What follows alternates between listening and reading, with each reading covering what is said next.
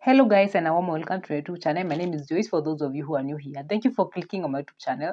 Thank you for even deciding to watch this video. And guys, as I always say, I'll never get tired of telling you thank you. So guys, today I'm here and I'm very honestly very sad. And the reason why I'm sad is because I'm a Kenyan. And I know it's funny. Yeah, I know. And Juzi, we were speaking with a number of my friends, a group of my friends. And I remember one of my colleagues saying that I remember my colleague saying that manzis kwenye nitatoka Kenya, me I think I will never want to look back. And we laughed it out. Actually, we thought it's something funny. But right now, after thinking about it, honestly, I also feel like saying like the very same words, like manzis kwenye mi nitatoka Kenya. Or if I ever happen to come out to kutoka to Kenya, I don't even sitaki kujua, like sidhani kama nitawaitaka kurudi Kenya, honestly, because the situation that we are as Kenyans right now, honestly, is absurd. Like, do you know, as we speak right now, like majority of Kenyans right now can't afford life in Kenya. Like majority of Kenyans. And when I say majority of Kenyans, I mean more than 70% of Kenyans can't afford life in Kenya. Yeah. And I know it's absurd. You know, I was doing my small research and I found out that according to statistics, more than 70% of people in Kenya are considered low-income earners. That means that more than 70% of people in Kenya are earning less than 50 Gs per month. And that means that majority of Kenyans can't afford life in Kenya right now as we speak. And when we expect something positive to happen, like when we expect like some things are going to change, like the income is going to be more, like life is going to be more affordable, like when we expect such kind of changes, only for us to be surprised by the proposed finance bill 2023. Honestly, it's absurd. Like, oh my goodness, I don't know even what to say. Because as Kenyans, we were so positive. Like, you are expecting so much.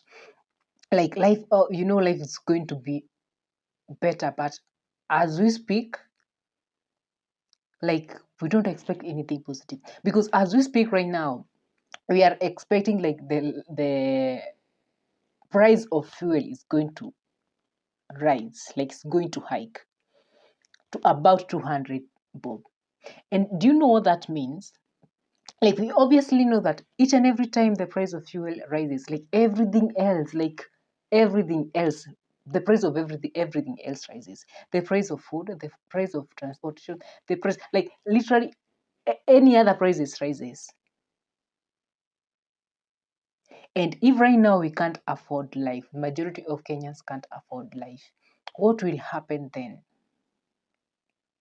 And like that is not enough, the proposed bill 2023, the same person who can't afford life right now is expected to give government 3% of his or her salary. Oh my goodness. Oh my goodness. Like, it's absurd. It's absurd. And I was thinking, like, before, like those proposed bill, before they even come up with something of sort, like a proposed bill whereby they are going to even drain more from the suffering common mwananchi, like, how do they even come up with such kind of a bill? Like, don't they know what Kenyans are going through, honestly? Like, don't they know, like, Kenyans are suffering as we speak right now? Like, does that not hit them? I mean, as Kenyans, maybe I don't know if you are in that stage that we really need, like, the only option for government to get more money is by making the suffering mwananchi to continue suffering even more. I don't know if that's the only way for the government to earn income, like extra income that they require right now. And I think government should be making everything understandable to the common mwananchi, to that person who they need that another more 3%. I think they should make everything open to them and make them understand why we really need another 3% from you guys. Sababu,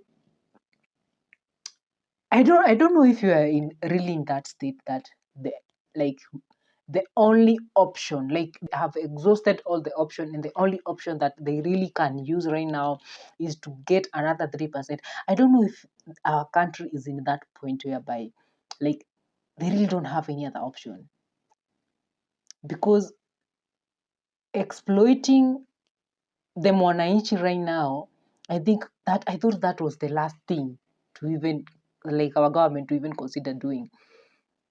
Sababu currently as we speak, Kenyans are suffering. How will life be if another 3% of their salary is taken? And like that is not enough, the price of everything hiking. Like, how will things be if right now they can't afford life? What will happen then? Honestly, oh my goodness, oh my goodness. Sometimes I just sit down and I just wish I was just a kid. I just wish I was just a kid, and then like not to understand what is happening. I think that could have made things easier. Oh my goodness. It's sad. Like our country, we are in a very sad state right now. And just as my friend was saying that akipata chance ya kutoka Kenya, like adhani kama anaweza rudi. I think that's the state with the majority of Kenyans right now. Like right now, if Kenyans pengine wanaweza ambiwa, like if you want to leave Kenya and go and never come back, like you have the free opportunity, just choose a country that you want to go and then you just leave. I think more than 70% of Kenyans wanaweza toka. Like the only people, like I think wanaweza baki, I think there are few politicians and maybe some few tycoons. Majority of us, including me, mnaweza enda anisiangalie nyuma. Anyway guys, it sounds like kind of funny, but honestly we are in a very sad state, because I was trying to calculate, to budget for that person who is earning 50G per month. For a person who is earning 50G per month, after subtracting all the deductions, like in a pay, like in NSSF, NHIF, like retirement, whatever, after subtracting all those deductions, like a person who is earning 50G, the net pay in a banking, let's just, to be fair enough, let's just say 40K. But honestly, majority of Kenyans who are earning 50G right now, they don't bank, like they don't get 50G, like 40G in their bank account every month, because majority of Kenyans who are earning 50G, they have so many loans, like they have so many loans, they have mortgages, they have car loans, they have, like they literally have so many loans. And I was trying to do calculation for someone who is earning that amount. That 40G, I'm assuming this person is a man, and this person has a wife who most probably is not working. She's a full-time mom in the house. And I'm assuming that this person has kids. Let's not even say many kids, like only 2 kids. One is going to school and the other one is not going to school. So one kid need pampers and like all those baby thing, and the other kid needs school fees. And the hubby needs transport to and fro to job. And the whole family need a shelter, so they need a house. And they need food. I was literally trying to budget those 40G per month for a family man, and honestly, it was like kind of absurd.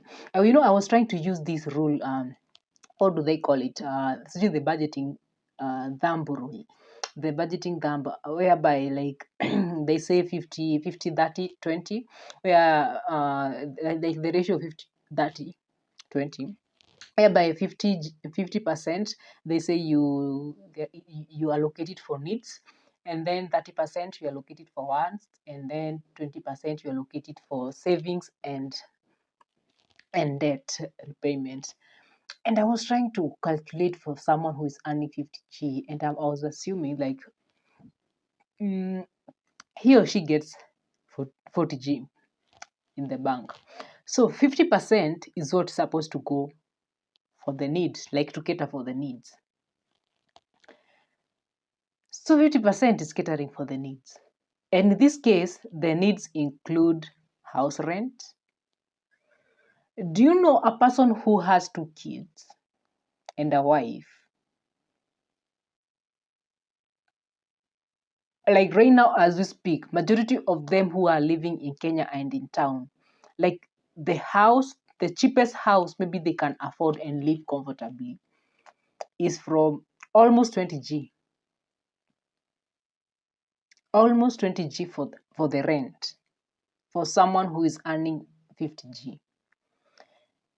And mind you, that 20G that's allocated, that's supposed to be paid for rent, it's amount that's supposed to be cater for needs, like the entire needs.